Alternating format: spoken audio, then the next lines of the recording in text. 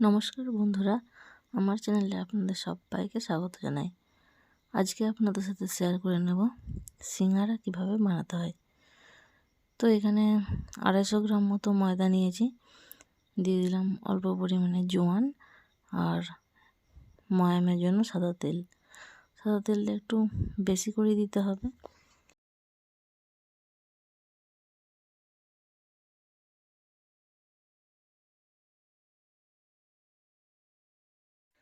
ভালোভাবে মিশিয়ে নিচ্ছি।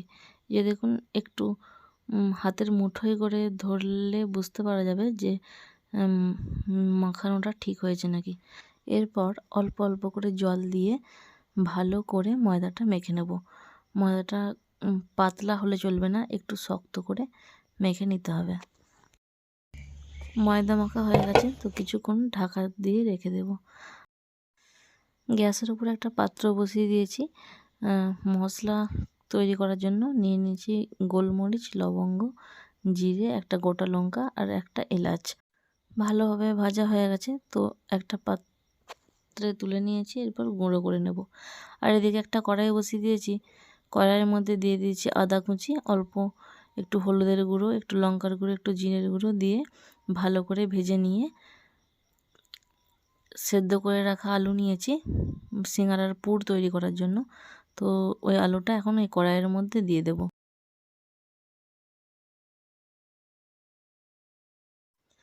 ওই মশলাটার সাথে আলুটা ভালোভাবে মেশানো হয়ে গেছে। তো এখানে ধনেপাতা কুচি দিয়ে দিয়েছি আর দিয়ে দেব ভেজে রাখা বা গুঁড়ো করে রাখা যে মশলাটা, ওইটা এখানে দিয়ে দেব। দিয়ে আর কিছুক্ষণ নেড়ে একটা পাত্রের মধ্যে তুলে নেব।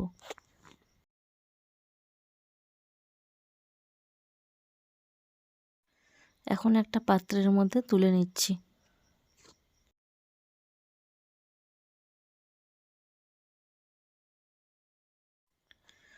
এখন চলে এসেছি ময়দার কাছে। তো ময়দাটা থেকে একটা একটা করে লেচি কেটে নেব।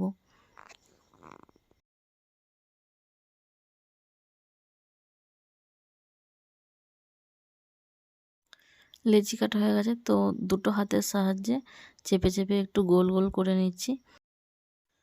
এখন ময়দাটাকে রুটির মতো বেলে নিয়েছি। বেলে নিয়ে একটা ছুরির সাহায্যে দুভাগে ভাগ করে নেব। ভাগ করে নেওয়ার পর এক ভাগ হাতে তুলে নিয়ে একটু জল লাগিয়ে নিয়েছি যাতে খুলে না যায়। তো আমি যেভাবে ভাঁজটা করলাম ওভাবেই আপনারা ভাঁজটা করবেন। এরপর ওর মধ্যে পুর দিয়ে দিচ্ছি। পুর দেওয়া হয়ে গেছে, 4-5টা জল লাগিয়ে দিচ্ছি।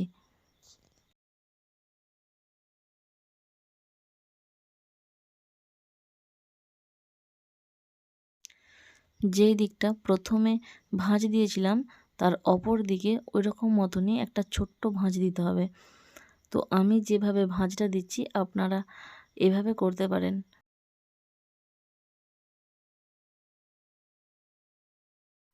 হাতের সাহায্যে ভালোভাবে জুড়ে দেব, তাহলেই তৈরি হয়ে যাবে পারফেক্ট সিঙ্গারা।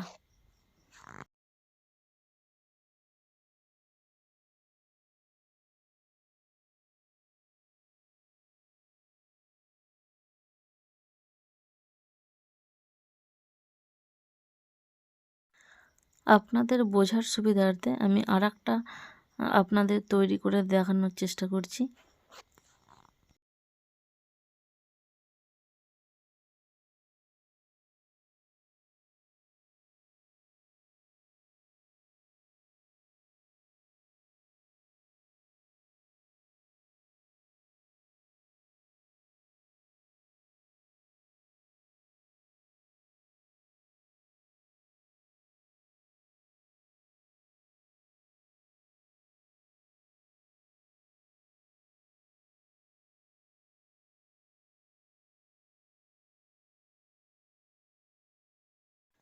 এক এক করে আমি সমস্ত সিঙ্গারাই তৈরি করে নিচ্ছি।